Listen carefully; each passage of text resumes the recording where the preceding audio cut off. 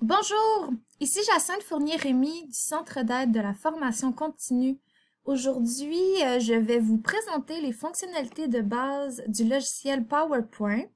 Donc, c'est un logiciel auquel vous avez accès sur votre Office 365.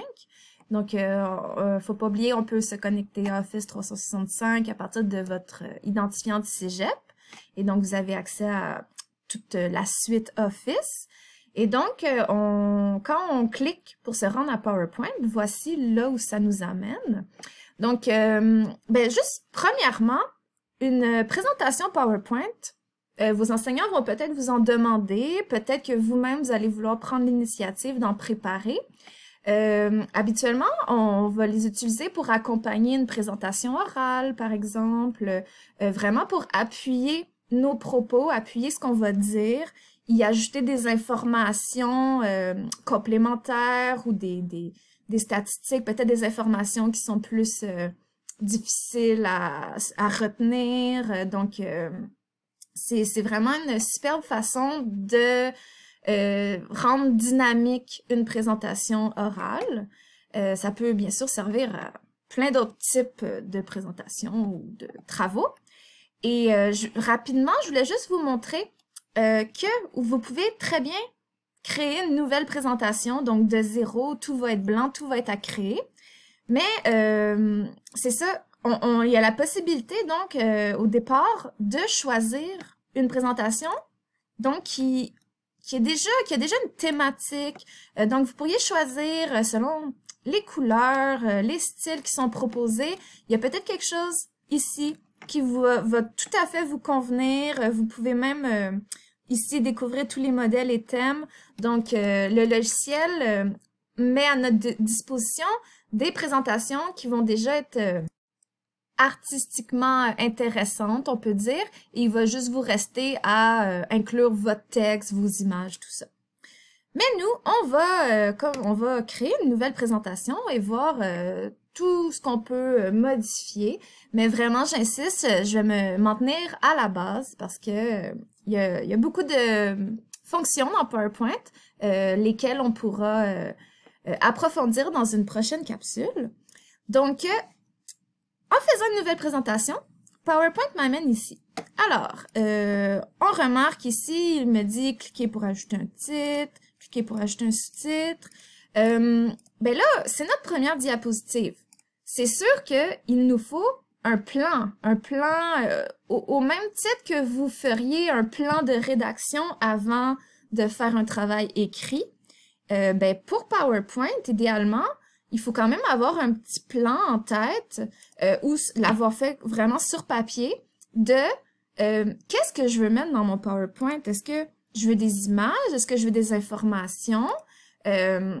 Donc là, bien sûr, la première diapositive, habituellement, on recommande que ce soit un titre, le titre de votre présentation. Donc, c'est pour ça qu'il nous suggère ça de prime abord.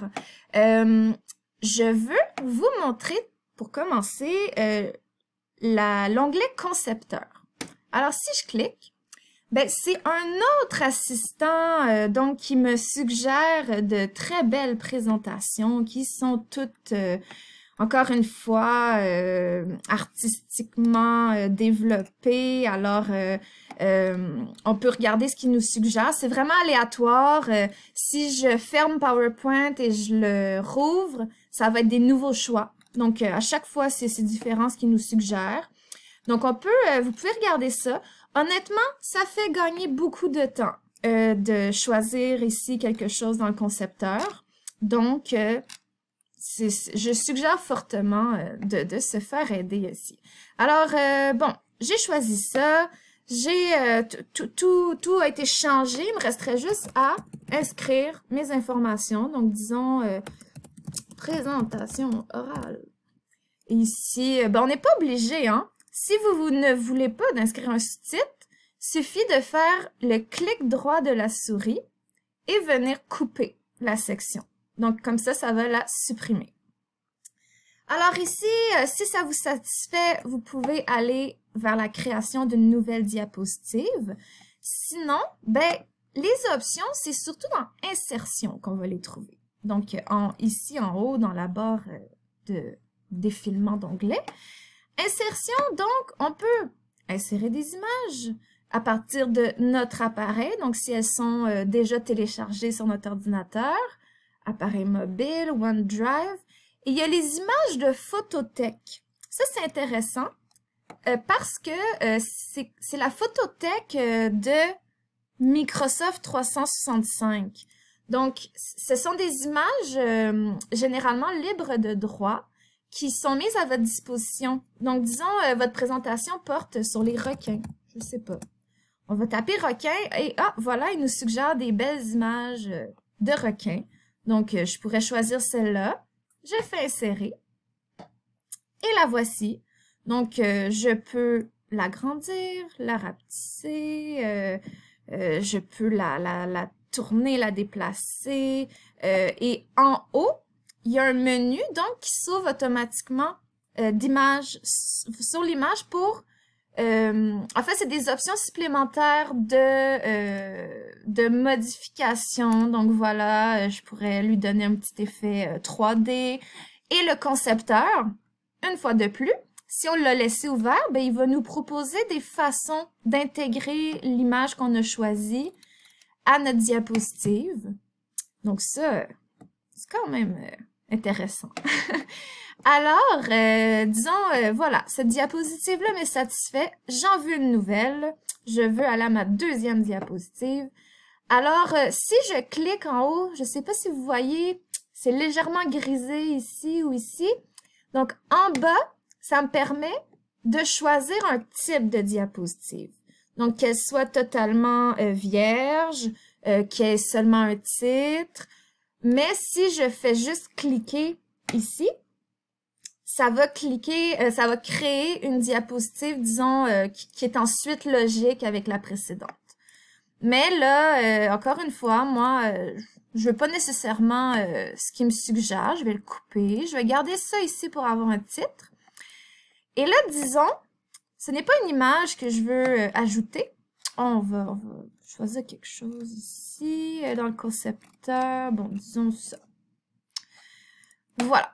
Alors, j'ai un endroit où écrire du texte, mais parfois, on veut plus qu'une section où écrire du texte. Je pourrais vouloir une section ici, où je vais écrire, mais j'en veux une autre. Ben là, dans Insertion, ici, Zone de texte, on clique, et avec notre souris, on tient le clic gauche, et on glisse jusqu'à temps qu'on ait la surface donc qu'on veut occuper. Je lâche le clic et voilà, j'ai une nouvelle section pour écrire à un autre endroit.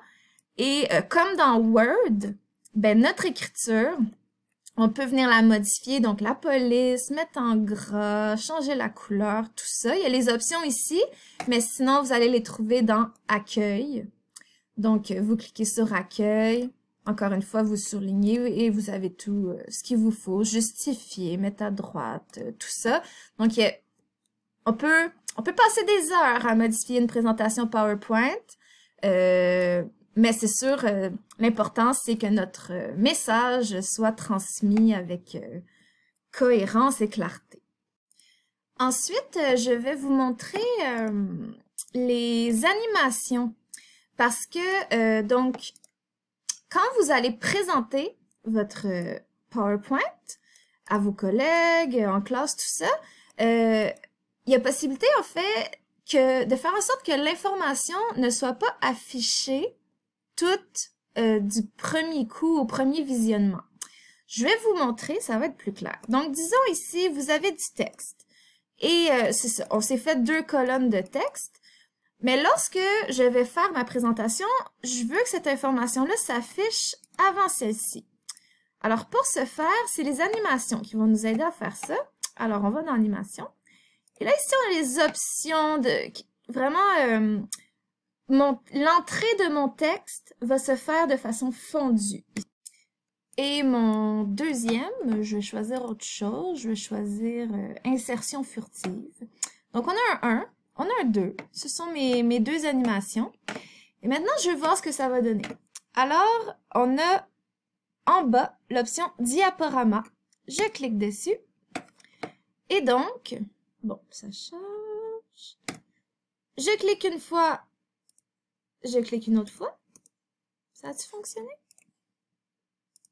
Ah ah, là c'est mieux. Alors, vous avez vu le beau petit effet. Donc, c'est vraiment au clic. Là, je suis bla bla bla bla bla. J'arrive au moment où je présente ma seconde information. Un autre clic. Et voilà, bla bla bla, je continue. Et ainsi de suite. Et à force de cliquer, ça passe automatiquement aux prochaines diapositives. Donc, les animations, on peut également les faire pour ce qui est des images. Et il y a aussi des options, pas seulement d'entrée, mais d'accentuation et au moment de quitter la diapositive. Donc, on peut essayer, barre aléatoire, voyons voir ce que ça donne. Ça va bien. Petit téléchargement. Présentation orale, je clique et l'image, bon, a disparu. Ainsi de suite, je suis passée automatiquement à ma seconde. Je clique, ça apparaît.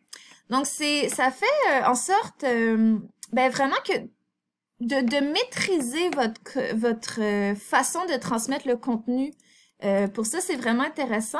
Et ça fait en sorte que les diapositives, au moment de la présentation, vont être beaucoup moins chargées pour la personne qui vous écoute, qui vous regarde, parce qu'on sait que s'il y a beaucoup de texte ici, ben la personne qui nous écoute peut être déconcentrée de ce qu'on est en train de dire et plutôt être en train de lire tout ce qui est écrit. Mais c'est pas ça qu'on veut. C'est pour ça qu'une présentation PowerPoint, faut que ce soit vraiment un support d'information complémentaire à ce qu'on transmet comme message pendant une présentation. Donc, comme je vous disais, il y a plusieurs options intéressantes avec PowerPoint qu'on verra dans une autre présentation. Mais sinon, donc pour voir, vraiment tester votre diaporama, c'est ici. Ou sinon dans la section diaporama et faire à partir du début, à partir de la diapositive actuelle. Donc ça vous permet de vraiment vérifier vos effets, les animations. Il y a l'onglet transition qui lui nous permet de faire une sorte d'animation pour quand on passe d'une diapositive à l'autre. Donc, c'est tous des effets qui permettent de rendre une présentation plus intéressante, plus dynamique pour les gens qui vont nous écouter. Alors, je vous laisse vous balader là-dedans et je vous rappelle, donc, important, ben, de bien enregistrer votre présentation, donc lui donner un titre clair pour le retrouver de façon efficace dans votre ordinateur et de choisir un emplacement aussi dans votre ordinateur que vous allez retrouver facilement. Donc, soit dans vos documents, idéalement que vous ayez déjà créé un emplacement précis pour vos devoirs ou l'enregistrer. Donc, on n'oublie pas de faire ça avant de quitter. Merci!